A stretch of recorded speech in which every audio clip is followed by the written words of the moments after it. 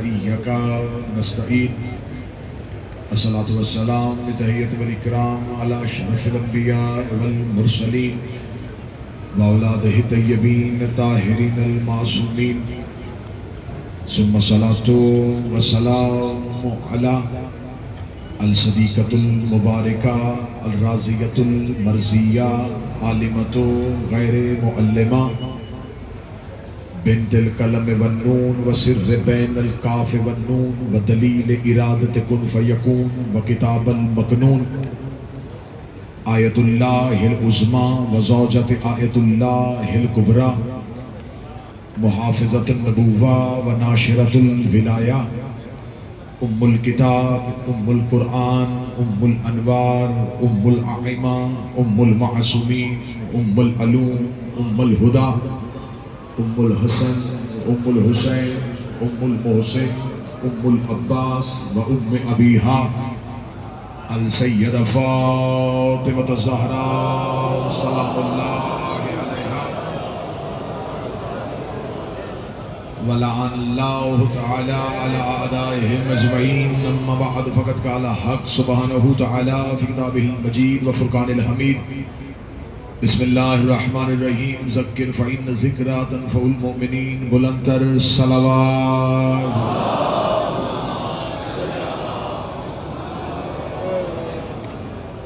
محبان نبی و اہل بیت نبی ماتمداران مظلوم کربلا زائرین حسین ابن علی میری دعا ہے کہ مخدومہ عالمیان شہزادی کونین آپ کا بارگاہ جلیلۃ القدر میں حاضر ہونا قبول فرمائے میرے مالک اس روحانی سفر کو معنویت اور عرفانیت کے ساتھ نصیب فرمائے محبت حسین کو معرفت حسین کے ساتھ نصیب فرمائے میرا مالک زندگی میں بار بار کئی بار اور ہر بار آپ کو کربلا بلائے جو سسک رہے ہیں جو تڑپ رہے ہیں میرا مالک انہیں کربلا میں آنے کی اجازت عطا فرمائے ان مجالس کو ان صف ادا کو بچھانے کے لیے جن بھائیوں نے بالخصوص جناب سید حامد رضا نقوی سید علی رضا کاکے صاحب سید عمران شرازی صاحب میاں حسن انصر بھٹی صاحب اور شیخ حیدر صاحب یہ تمام افراد جنہوں نے یہ بڑی محفل خوبصورت انداز میں سجائی میرا مالک تمام کی توفیقات میں اضافہ فرمائے جو دعائیں مجھ تک منبر پہ پہنچائی گئیں میرا مالک جن کے نام میں نہیں لے سکتا ان کے نام کوئی اسم لینے کی ضرورت بھی نہیں ہے مقلب القلوب والابصار ہے مدبر اللیل والنہار ہے میرا مالک وہ تمام دعائیں جو مجھ تک منبر پہ محبت فرمائیں اور اجازت دیں تو وہیں سے سلسلہ گفتگو کو لے کے آگے بڑھتے ہیں کہ آخر وہ کون سی مجبوریاں تھیں وہ کون سی وجوہات تھیں وہ کون سے لوگ تھے جو قتل قانون دیا تھا جو محمد دے وہ لے لو جس سے روکے اسے رک جاؤ اب جو قریب بیٹھے آپ نے مجلس پڑھوانی ہے میں نے پہلے کہہ دیا کہ تھکاوٹ آپ کے چہروں پہ ہے اور 2 گھنٹے سے میں بھی بیٹھا ہوں مجھے بھی اندازہ ہے قرآن کہتا ہے جو رسول دے وہ لے لو جس سے روکے اسے رک جاؤ غدیر میں رسول نے علی دیا ہم نے لے لیا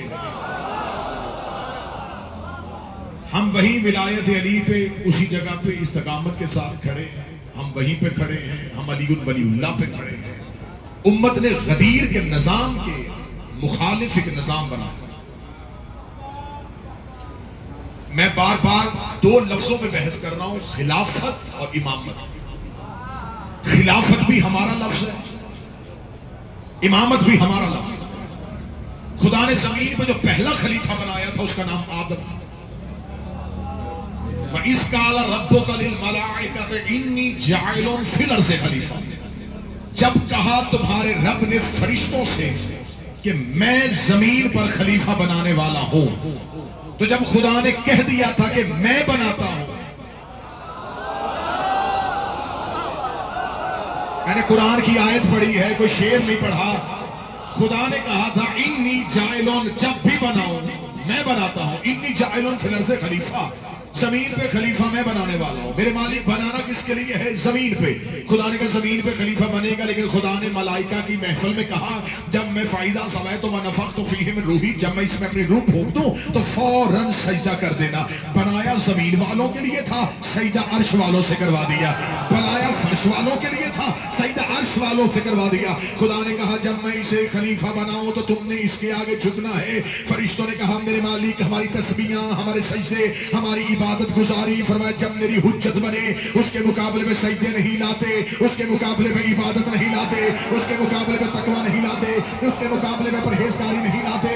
آخر ان میں سے ایک بہت بڑا عبادت گزار اٹھا اور اس نے اٹھ کے کھڑے ہو کے کہا میرے پاس نمازوں کی کثرت ہے، میرے پاس سجدوں کی کثرت ہے، میں تیرے بنائے ہوئے کو نہیں جھکوں گا. خدا نے نہ مہلت دی، جبکہ وہ غفار الذنوب تھا، وہ ستار العیوب تھا، وہ گناہوں کو معاف کرتا تھا، وہ عیبوں پہ پردہ ڈالتا تھا، وہ قیامت تک کے لیے توبہ کو مقرر کرتا ہے. اس خدا نے کہا فاخرج لعنت الی یوم الدین، ابھی کا ابھی یہاں سے نکل جا، اب قیامت تک کے لیے تجھ پہ لعنت ہوگی. میرے مالک اس نے تیرا انکار نہیں کیا، اس نے تیرے سجدے کا انکار نہیں کیا، اس نے تیری توحید کا انکار نہیں کیا، اس نے صرف آدم کا انکار کیا اور تو نے اسے فوراً نکال دیا. مالک نمازیں دیکھ، مالک سجدے دیکھ، مالک عبادت دیکھ. خدا نے کہا آج اسے اس لیے نکال دیا ہے حجت بھی پہلی ہے، منکر بھی پہلا ہے، حجت بھی پہلی ہے، انکار کرنے والا بھی پہلا ہے.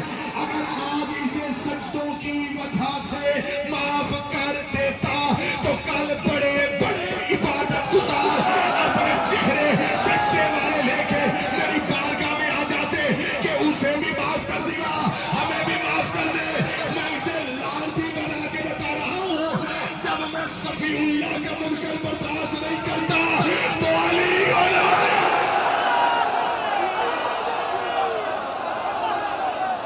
بولو جہاں تک آواز آ رہی ہے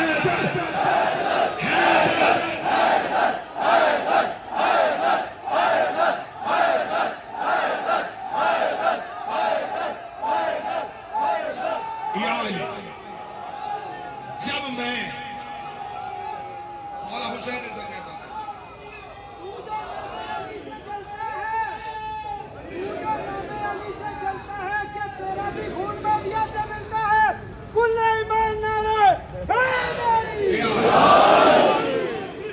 اتنی تھکاوٹ جی چہرے حساس پشاس. جب میں صفی اللہ کا منکر ولایت علی بدن کی تھکاوٹ بھی اتارتی ہے، روحوں کی تھکاوٹ بھی اتارتی ہے. بدن سست ہو جائے تو خون کو حرارت چاہیے. خون حرارت ہوتا ہے علی کی ولایت سے، اور وہی خون حرارت میں آتا ہے جو شرافت میں ہوتا ہے. رگوں میں پکیزہ لہو ولایت علی اور فضائل علی سن کے گردش کرتا ہے.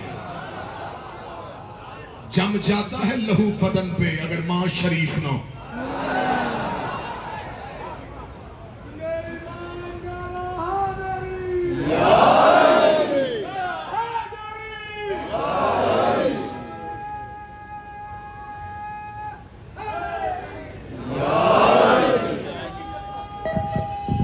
شیری پڑھ گئے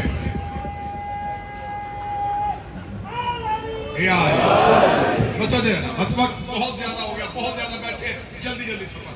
خلافت لفظ بھی ہمارا، امامت لفظ بھی ہمارا. کوئی یہ نہ کہ شیعہ خلافت کو نہیں مانتے. علی کہتے ہیں جو مجھے چوتھا خلیفہ نہ مانے اس پہ اللہ کی لعنت. میرا مولا امیر المومنین فرما رہا ہے، علی کہتے ہیں جو مجھے چوتھا خلیفہ نہ مانے اس پر اللہ کی لعنت. پہلی خلافت آدم کی، دوسری داؤد کی، تیسری ہارون کی، چوتھی علی.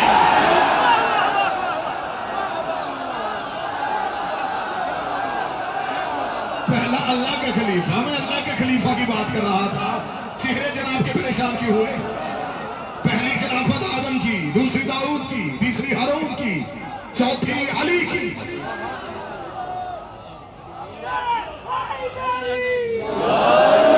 علی کو تلاش کرنا ہے تو ان چاروں میں کر،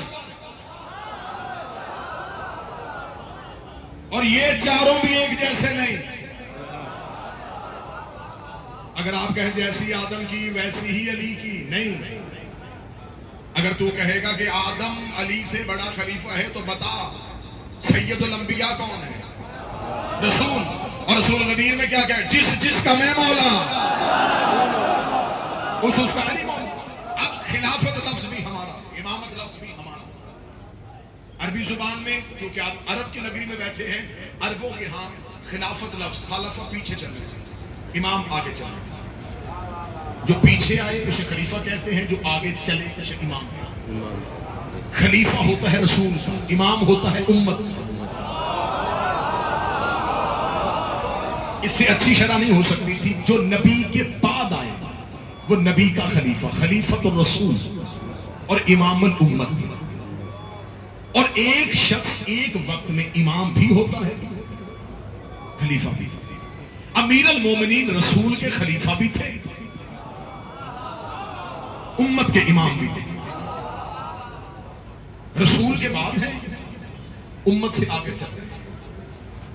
ہمارے ہاں خلافت بھی ہے، ہمارے ہاں امامت بھی ہے، ہم جسے اپنا امام مانتے ہیں اسے ہی نبی کا خلیفہ بھی مانتے ہیں۔ ٹھیک؟ لوگوں نے امامت کے مقابلے پہ نظام متعارف کرایا خلافت۔ ہمیں امامت کی ضرورت نہیں دی، ہم صرف یہ دیکھیں کہ تخت پہ کون بیٹھا ہے، جبکہ امام کے لیے تخت تاج ضروری ہوتا ہی نہیں۔ یہ ضرورت امت ہے کہ وہ امام کو زمین کی حاکمیت دے، یہ امت کی ضرورت ہے، امام کی احتیاج نہیں ہے۔ امام کو ضرورت نہیں ہے کہ امام کو تخت اور تاج دیا جائے گا تو وہ امام بنے گا، نہیں۔ امام گھر میں بھی بیٹھا ہو تو امام ہوگا۔ بادشاہ میں اور امام میں اتنا فرق ہوتا ہے کہ بادشاہ گھر سے چلتا ہے تو عام انسان ہوتا ہے، بیعت ہوتی ہے تو بادشاہ بن جاتا ہے۔ امام گھر میں بھی بیٹھا ہو تو امام ہوتا ہے۔ لہذا امامت اور خلافت یہ ایک لفظ ہے۔ انہوں نے امامت کے مقابلے پہ خلافت کا نظام متعارف کروایا، انہوں نے کہا ہمیں امام کی ضرورت نہیں، ہم خلافت کو مانیں گے۔ جب یہ خلافت کو مان رہے تھے تو پھر انہوں نے مجبوری بنی، انہوں نے امام بھی بنائے۔ آج پوری دنیا میں جتنے اسلام کے فرقے ہیں، ہر فرقہ کسی نہ کسی امام کا پیروکار ہے۔ ہم کلمہ نبی کا پڑھتے ہیں، ولایت علی کے قائل ہیں، ماتم حسین کا کرتے ہیں، کہلوات جعفری ہے، کیونکہ فقہ مرتب ہوئی امام صادق کے دور میں، لہذا اس لیے اس فقہ کو فقہ جعفری۔ ہماری فقہ کے مخالف جو نظام ہیں وہ بھی کسی نہ کسی امام کے پیروکار ہیں۔ جب تمہیں امام کی ضرورت ہی نہیں تھی تو تم نے پھر خلافت کے ہوتے ہوئے امام کیوں بنائے؟ اب میں بات کیونکہ بڑے سنجیدہ موڑ پہ تاریخی انداز سے لے کے چل رہا ہوں، اب پہلا سوال آج میں یہاں پر پیدا کروں گا اور اس کا جواب دوں گا کہ جب ہر دور کا امام اس دور کے بادشاہ سے حکومت کا مطالبہ نہیں کرتا تھا تو ہر دور کا بادشاہ ہر دور کے امام کو قتل کیوں کرتا تھا؟ دیکھیں، اگر تو امام بھی چاہتے ہو کہ مجھے حکومت ملے اور خلیفہ چاہتا ہو، بادشاہ چاہتا ہو مجھے حکومت ملے، تو پھر تو وجہ ہو سکتی ہے کہ امام بھی حکومت چاہتے تھے، وہ بھی چاہتے تھے حکومت وجہ۔ سلیمان نبی گزرا تھا وادی نمل سے، قرآن میں پوری کہانی موجود ہے۔ تخت ہوا میں جنات اڑا رہے تھے، فرشتے پیچھے چل رہے تھے، ہواؤں کو چلنے کا حکم دیتا تھا، پرندوں کی بولیاں جانتا تھا۔ اتنی عظیم سلطنت والے سلیمان جب وادی نمل سے گزرے تو ایک چونٹی نے زمین پر رینگتے ہوئے باقی چونٹیوں کو آواز دی کہ اے چونٹیوں، اپنی پلوں کے اندر چلی جاؤ، کہیں سلیمان کا لشکر تمہیں کچل نہ دے۔ ہوا میں اڑتے ہوئے سلیمان نے چونٹی کی آواز سنی، قرآنی واقعہ ہے، اپنا تخت زمین پہ اتارا، چونٹیوں میں سے اسی کو اٹھایا جو بولی تھی، ہتھیلی پہ رکھ کے سلیمان نے کہا، ظالم سمجھا نبی کو؟ کیا کہا تھا تو نے ابھی؟ کیا میں تجھے کچل دوں؟ تجھے ظالم سمجھا ہے؟ اس کا جان کی امان پاؤں تو عرض کروں، جملہ پورا نہیں سنا سرکار آپ نے۔ میں نے یہ نہیں کہا تھا سلیمان تمہیں کچل نہ دے، میں نے کہا سلیمان کا لشکر، آپ معصوم ہیں، صحابی تو نہیں، کہاں گئے؟ چونٹی جانتی تھی کہ نبی کے ساتھ رہنے والے نبی جیسے نہیں ہوتے۔ میں نے کہا ہے سلیمان کا لشکر تمہیں کچل نہ دے۔ میں اختیارات امامت پڑھنے لگا ہوں، اور اسی فاتح نمل سے ایک جنگ سے واپسی پہ علی گزرے تھے. اس وقت کی چونٹیوں کی سردار نے کہا تھا اے چونٹیوں بلوں سے باہر آؤ، وہ دیکھو علی آ رہا. جیسے سلیمان نے تخت زمین پہ اتارا تھا ویسے ہی علی نے زمین پہ اتارا. اسی چونٹی کو اٹھا کے علی نے ید اللہ ہاتھ میں رکھا اور رکھ کے کہا مدتوں پہلے کہ نبی گزرا تھا، نام اس کا سلیمان تھا. اس وقت تمہارے قبیلے کی سردار نے کہا تھا بلوں کے اندر چلی جاؤ، تو نے کہا بلوں سے باہر آ جاؤ. اس نے کہا وہ نبی تھا، تیرا چہرہ دیکھنا عبادت ہے.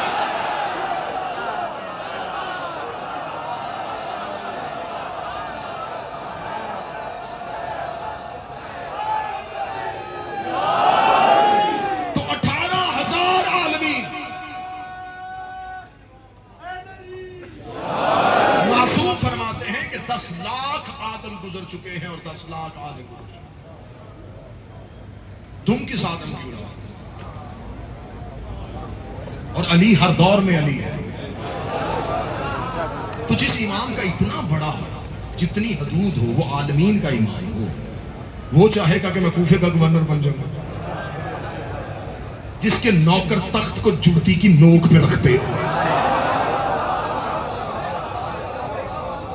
میں نے پچھلی مجلس میں جملہ پڑھا تھا اور جملہ پھر زبان کی نوک پہ آیا. سلیمان محمدی کو آکے ایک بندے نے کہا تھا کر لیتا تو بھی ان کی بیعت، مل جاتی کسی اچھے سے شہر کی گورنری. کیا ملا علی کو؟ ولی اللہ ماننے پہ سارا دن علی کے دروازے بیٹھا رہتا. دیکھ فلاں اس کا گورنر بن گیا، فلاں اس ملک کا گورنر بن گیا، فلاں اس ملک کا گورنر بن گیا. تیرے پاس کیا ہے؟ اتنا کہنا تھا. سلیمان نے بطول کے دروازے کے سجدے سے سر اٹھایا، قریب پڑی ہوئی چھڑی کو دیکھا کہ تجھے علی ولی اللہ کا فائدہ بتاؤ، جب چاہوں آسمان زمین پہ اتار.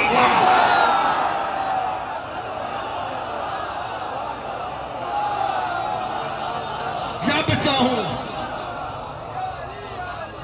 یہ آسمان زمین پہ اتار.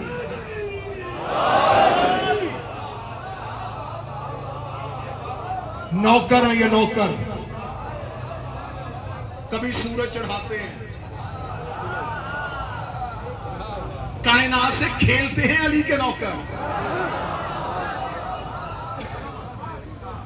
تو جس کے نوکر کے پاس یہ اختیار تھا، اس کا مالک کہے گا کہ مجھے شام دے دو، مجھے کوفہ دے دو. یہ خلافت امامت کی مجبوری بادشاہت نہیں تھی.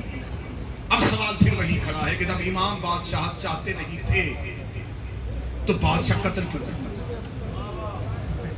اب وقت کیونکہ اتنی تیزی سے گزر رہا ہے، یہ موضوع اتنا طویل ہے، اس میں اشرے، ایک اشرہ نہیں اشرے پڑھے جائیں، سالوں پڑھا جائے اس موضوع پہ.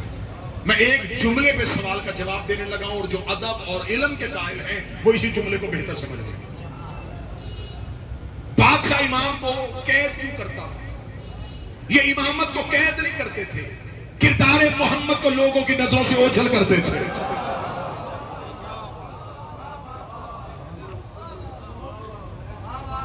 انہیں خبر تھی اگر یہ کردار گیلانی صاحب چلتا رہا، کسی جگہ پہ چور چوری کرنے آئے نا اور اندھیرا ہو، زمین پہ اللہ کا چراغ،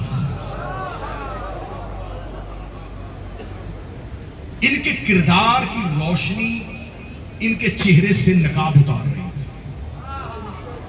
اموی کردار اتنے گندے تھے، بادشاہوں کے کردار اتنے گندے تھے کہ یہ امامت والا کردار زمین پہ دیکھنا نہیں چاہتے تھے. خدا نے پہلا ہدایت کا چراغ جلایا، امت نے بجھایا. خدا نے دوسرا جلایا، امت نے بجھایا. خدا نے تیسرا جلایا، امت نے بجھایا. خدا نے 11 چراغ ہدایت اس امت میں جلائے. اس امت نے 11 کے 11 بجھائے. خدا بار بار کہتا رہا فابی ای اعلیٰ ربے کو ماں تو کیسے، تم میری کس کس نعمت کو جھٹلاؤ گے؟ میں نے تمہارے درمیان کتنے بہتر چراغ جلائے. کبھی حمد کا چراغ جلایا، کبھی حسن کا چراغ جلایا، کبھی کریمی کا چراغ جلایا، کبھی سجدوں کا چراغ جلایا، کبھی باقر کا حلم دکھایا، کبھی جعفر کی صداقت دکھائی، کبھی موسیٰ کی عطا دکھائی، کبھی رضا کی رضا دکھائی، کبھی نقی کی نقاوت دکھائی، کبھی تقی کی تقاوت دکھائی، کبھی عسکری کی ہیبت دکھائی. میں نے 11 چراغ ہدایت جلائے اور اتنے کم صرف ہو تم نے بجھا دیے. تم اس قابل ہی نہیں ہو، تم اس لائق ہی نہیں ہو کہ 12واں چراغ ہدایت تمہارے تمہارے درمیان جلایا جائے. خدا نے 12واں چراغ ہدایت فانوس توحید کے اندر جلا دیا. اب وہاں زہر دے نہیں سکتے تھے, تلوار چلا نہیں سکتے تھے. اب زمین پہ بیٹھ کے بھونکنا شروع کر دیا, ہے ہی نہیں, اس نے آنا ہی.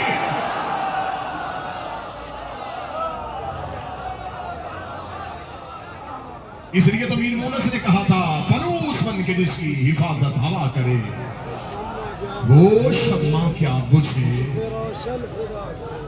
جسے روشن خدا کرے. یہ امامت کے کردار تھے. ہر دور کی بادشاہت ہر دور کی امامت سے ٹکراتی ہے. ہر دور کے امام نے اس دور کے تقاضوں کے مطابق بادشاہت کا مقابلہ کیا. یقیناً امام حسن بھی جنگ کرتے ہیں. اگر دور حسین جیسے حالات ہوتے اور یقیناً امام حسین بھی معاہدہ کر لیتے اگر دور حسن جیسے کوئی بہتر خطابت کے نکات سمجھنے والا ہو تو میں اس کی آسان دلیل دے دیتا ہوں کہ آپ کوئی مریض کسی ڈاکٹر کے پاس جائے اور اسے اپنا کوئی مرض بتائے تو ڈاکٹر اسے کوئی میڈیسن ایک نسخہ تجویز کرے. تھوڑا عرصہ نسخہ کھانے کے بعد وہ واپس آ کے کہے کہ میں مدت سے آپ کا نسخہ کھا رہا ہوں, آپ کی دی ہوئی دوائی استعمال کر رہا ہوں لیکن فرق نہیں پڑا. وہ کہے گا میں نے بڑی کوشش کی تھی کہ مرض دوا سے ٹھیک ہو جائے, اب مرض بڑھ گیا ہے, اب اس کے لیے ایک سرجری چاہیے, اب اس کے لیے ایک آپریشن چاہیے. کوشش کی تھی کہ لکھ کے مرض دور کر دوں. میں نے تو پہلے کہا تھا کہ لطیف بندہ سر اٹھائے جسے خطابت کی لطافت اور باریکیوں کا اندازہ ہے. امام حسن کے دور میں خلافت کے بدن میں ملوکیت کے جراثیم اتنے زیادہ پھیلے نہیں تھے. حسن نے معاہدے جیسی دوا لکھ دی. اور آپ یہ نہ سمجھے کہ وہ صلح نامہ تھا, وہ شمشیر تھی. حسن ایک وائٹ پیپر بھیجا گیا ملوکیت اور بادشاہت کی طرف سے امامت کی طرف, جو چاہے لکھ دے. کنہوں نے بھیجا؟ بادشاہوں. کس گھر سے آیا؟ خلافت والے گھر سے. کن کی طرف آیا؟ امامت والے. تھوڑا عرصہ پہلے اسی گھر سے کسی نے کہا تھا کاغذ قلم دو.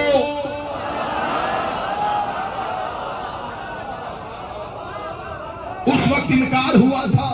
تھوڑا عرصہ گزرا تھا کہ اسی گھر سے کاغذ قلم آ گیا. جو بھی لکھوائیں گے, ہمیں تو ہر صورت حکومت چاہیے, لکھوا لیں جو لکھوانا. اب میرے بادشاہ حسن نے جنگ کی کیونکہ کل مولا حسن کا دور آ گیا اور وہاں بات تمام ہو گئی. میرے مولا حسن نے کہا لکھو آج کے بعد حاکم شام قرآن اور سنت پہ عمل کریں گے.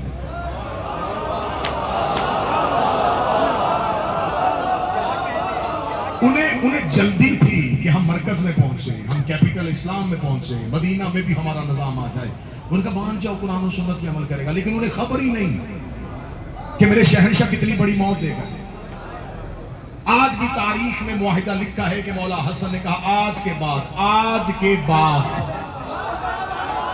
شاباش, معرفت والا بندہ ہاتھ اٹھا لیتا ہے. آج کے بعد تو قرآن اور سنت پہ عمل کرے گا. اس نے جلدی سائن کر دیے. حسن کی جنگ دیکھی نہیں, حسن منوا گئے کہ اس سے پہلے نہ تو قرآن پہ عمل کرتا تھا نہ تو سنت پہ عمل کرتا. آج کے بعد تو قرآن اور سنت پہ عمل کرے.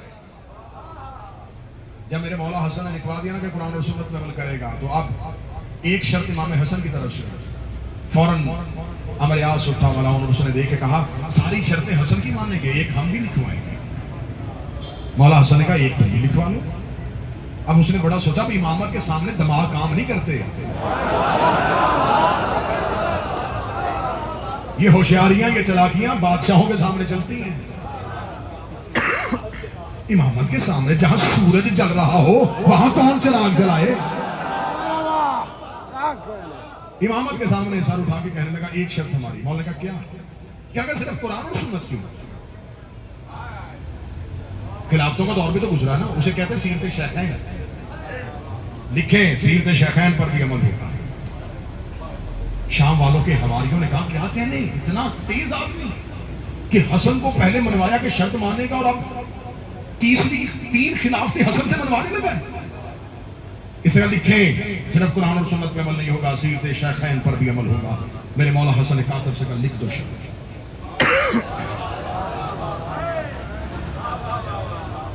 امامت کے پاس بیٹھنے والوں نے یہ امامت کا فیصلہ سمجھا نہیں. یاد رکھنا امامت کے کسی فیصلے میں کیوں کیا کیسے نہیں کہتے. امام کہے نا کہ تندور میں چھلانگ لگا دو، وہ لگا دیتے. مولا کا لکھتے کاتب کہتا ہے مولا سیرت شیخین. مولا کا لکھ. جب لکھوانے لگا تو عمر بن عاص نے کہا اتنی جلدی شرط مان گیا. اس نے کہا علی کا بیٹا میں سیرت شیخین لکھوا رہا ہوں. مولا نے کہا ہاں میں لکھوا رہا ہوں. اس کا کیا تو مان جائے گا کہ ان کی سیرت پہ بھی عمل ہوگی؟ مولا نے کہا تو خود ہی اپنی منہ سے اپنی شکست مان گیا. جب میں نے قرآن اور سنت لکھوا دی تھی تم نے علیحدہ سیرت لکھوا کے زمانے کو بتا دیا کہ ان کی سیرت بھی قرآن کے مطابق نہیں.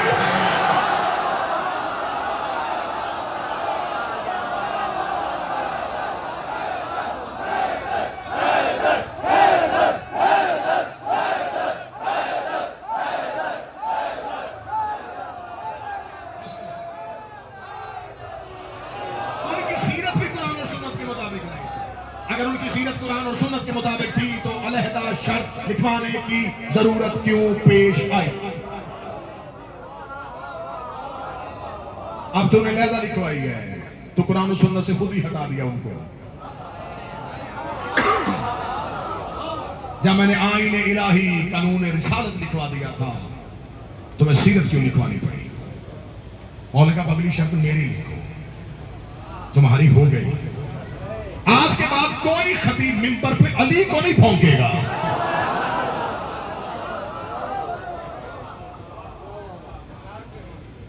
ستر سال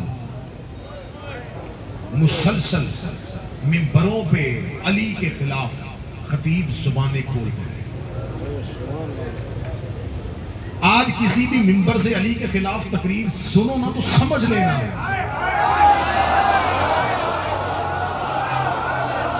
یہ شام والے کا منبر ہے.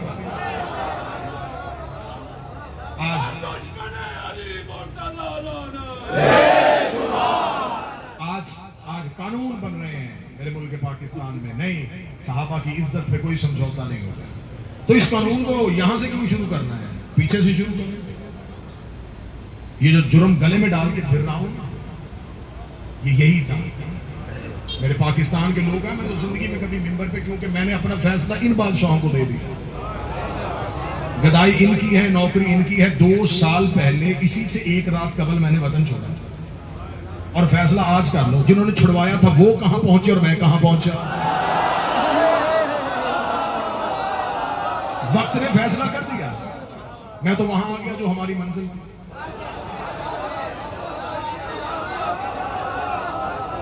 نہیں چھوڑنا چاہیے تھا جی، نہیں چھوڑنا چاہیے تھا بھائی، چھڑوایا گیا.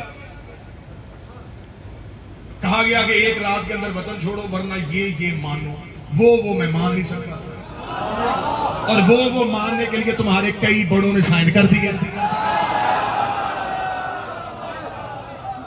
مجھے خبر ہے کہ کون کون کس کمرے میں بیٹھ کے کیا کروانا چاہ رہا تھا. یہ باتیں ہوں گی جب شہنشاہ آئیں گے تب. لوگوں سے انصاف تو مانگنا ہی نہیں، جنگ کی ہی 12ویں کے لیے. نوکری شہنشاہ کی ہے. ہماری کیا مجال ہے کہ میں منبر پہ بیٹھ کے، یہ منبر علی کے فضائل کے لیے ہے، اپنی خوبیوں کے لیے نہیں ہے. یہ مجمع مجھے سننے نہیں آیا، یہ علی سننے کے لیے آیا. لہٰذا یہ فیصلہ ہوگا جب وقت کا 12واں امام آئے گا کہ کون کہاں کس کوفی والا کردار ادا کر رہا تھا.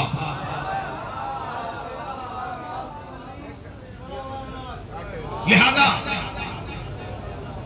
میرے مولا شہنشاہ امام حسن نے کہا کوئی خطیب منبر پہ علی کو نہیں پھونکے. آج لوگ کہہ رہے ہیں صحابہ کی عزت پہ کوئی سمجھوتا نہیں ہوگا تو قانون پیچھے لے کے جائیں. علی کو امام نہیں مانتے، صحابی تو مانتے ہو. تو اگر صحابہ کو ماننے سے بندہ کافر، نہ ماننے سے بندہ کافر ہو جاتا ہے، اس کا کیا کرو گے جس نے علی کو نہیں ماننا؟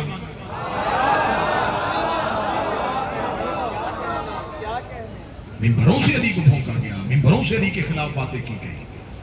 یہ منبروں سے کھل کے بات کرنا. علی نے تو روکا تھا اپنے نوکروں کو, رہنے دو. یہ تم نے شروع کیا تھا جب تم نے منبر علی کے خلاف استعمال کیا, تو اب یہ منبر علی کے دفاع میں استعمال. امام حسن بادشاہ نے واحدہ, کل میں پہنچا تھا مولا حسن امیر کی شہادت, مولا کو شہادت مل گئی. اب یہ اگلا جو دور آیا, یہ دور بڑا سخت ہے. اب تھوڑی آپ نے توجہ فرمانا. اس دور میں کوفے پہ اپنی مرکزی حکومت قائم کر لی گئی. جب کوفے پہ اپنی مرکزی حکومت قائم کر لی گئی اور امام حسین کو بیعت کے لیے مطالبہ کر لیا گیا, اور 4 لوگوں کا نام حاکم شام اپنے بیٹے کو بتا کے گیا تھا کہ ان 4 لوگوں نے تیری بیعت نہیں کرنی. ان میں سے سب سے اوپر جو نام تھا وہ حسین ابن علی تھا. داد آپ دے چکے, نعرے آپ لگا چکے, اب یہ تاریخی حقائق ہیں, تھوڑا بیدار ہو کے تو ضرور سنیں. سب سے اوپر نام حسین ابن علی, اس سے بیعت کریں. اب جب باپ نے کوشش کی تھی اور حسن نے بیعت نہیں کی, تو وہ بیٹے سے یہ کام کیوں کروانا چاہتا تھا؟ کیونکہ اب وہ ملوکیت کو امامت میں بدلنا چاہتا تھا. وہ چاہتا تھا کہ اب تک زمانہ ہمیں بادشاہ کہہ رہا ہے, جانشین پیغمبر نہیں کہہ رہا. تو ہم جانشین پیغمبر بننے کے لیے نبی کے بیٹے سے بیعت ضروری ہے. حسین ابن علی نے انکار کیا, قیام کر دیا میرے بادشاہ حسین. میرے مولا حسین اپنے ساتھیوں کو لے کے مکہ, اور مکہ سے جب بیٹھے ہیں مولا, تو اب یہاں پر ایک کردار ہے جو ہمیں بار بار جھنجھوڑ رہا ہے کہ مولا علی بھی کوفہ آئے, امام حسن بھی کوفہ آئے, اور امام حسین بھی جب مدینہ سے چلے تو کوفہ کی جانب جا رہے ہیں. تو کوفہ میں کیا ہو رہا تھا جو 3 امام وہاں جا رہے ہیں؟ یہ سوال ضرور سن. آخر کوفہ میں اتنی مرکزیت کی ہوتی. میں نے آپ کے سامنے گزشتہ تقاریر میں کہا کہ کوفہ میں شیعہ علی کی بھی کثرت تھی, لیکن مولا علی کی شہادت کے بعد شیعہ علی کو یا شہید کر دیا گیا تھا یا زندانوں میں بند کر دیا گیا. اب یہاں جو خطوط گئے ہیں نا مولا امام حسین, ان میں سے سلیمان بن سرد خزائی ایک کردار ہے کوفہ کا, جس نے خط لکھا امام حسین کو, اور اپنے گھر میں بہت سے لوگوں کو بٹھا کے ان کی تائید لکھی. ایک خط کوفہ سے ہانی بن عروہ, جو جناب مسلم کے میزبان تھے, یہ کوفہ کے بہت بڑے سردار تھے. ان کی سرداری کا میں اپنے بچوں کو یہی بتا دیتا ہوں کہ 12,000 جوان تلواریں لے کے ان کے پیچھے چلتے تھے. آج بابا سرکار جس بندے کے ساتھ 4-6 گارڈ ہوں تو لوگ سمجھتے ہیں کہ یہ بڑا روب والا ہے. 12,000 جوان حفاظت کے لیے جس کے پیچھے چلے, وہ کتنا بڑا سردار ہے. یہ سردار ہانی بن عروہ ہیں, یہ علی کی محبت میں غرق ہے, یہ حسین ابن علی کو خط لکھا. اب جب خطوط مکہ پہنچ رہے تھے اور خبر شام والے کو پہنچ گئی, اب یہاں پر اس نے بہت سے جعلی خطوط اپنے لوگوں سے شیعہ بن کے حسین ابن علی کو لکھوائے. یہ باتیں بہت ضروری ہے سمجھنی, کہ تاکہ پتہ چلے کہ کوفہ سے خطوط لکھنے والے کون تھے. وہ جو خط تھے, خط اور خطوط کے متن جو ہیں وہ دونوں ہی کتابوں میں. جو شیعہ خط لکھ رہے تھے, جو علی کے نوکر خط لکھ رہے تھے, ان کے خط کا مضمون کیا ہوتا تھا؟ حمد الہی, آل محمد کے گھر کی توصیف, اور اس کے بعد کہا جاتا تھا کہ مولا آپ جلدی آئیے, ہم آپ سے بیعت کے لیے تڑپ رہے ہیں, ہم انتقام لینا چاہتے ہیں علی کا, ہم انتقام لینا چاہتے ہیں حسن کا, ہم آپ کی قیادت میں, ہم کبھی بھی, نعمان بن بشیر اس وقت گورنر تھا کوفے کا, ہم نہ اس کے پیچھے نماز جمعہ پڑھتے نہ نماز عیدین پڑھتے, جب تک آپ نہیں آئیں گے ہم نمازیں پڑھیں گے تو آپ کی اقتدار ہے. یہ تھے شیعوں کے خط کے مضامین. اور جو حاکم شام کے بندے لکھ رہے تھے, اب وہ بھی خط تاریخ میں لکھے ہوئے, لہلہاتی ہوئی فصلیں, میوہ دار درخت آپ کا انتظار کر رہے ہیں. ذہن بتا رہا ہے کہ امامت کو کیا سمجھ.